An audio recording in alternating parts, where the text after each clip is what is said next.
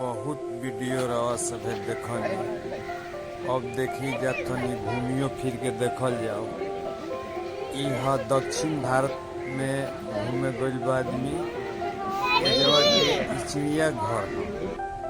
इहे बेटा बा, ई बेटा के हर वीडियो में रउआ सभे देखत होखब जा।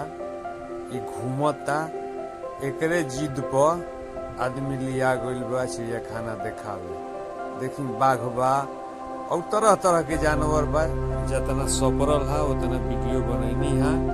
वैसे वीडियो बनाला में बोलतो रहन सब। हालांकि वीडियो मैंने छिपा के बनावे के। देखी दरियाई घोड़ा हो देखो तेनू पानी से बाहर निकला था बड़ा। हालांकि उसको बनावे में बड़ा सोचे को पड़त रहे। हाँ, बहुत सोचे को पड़त रहे। देखी कितना एक बदमाशी करता है। देखी का तो बोलतो बा। सुन लीजिए वीडियो दिखाई बहुत तरह के वीडियो बा। अभी थोड़ा करके हम बनाओ वीडियो उसमें देखिए जा।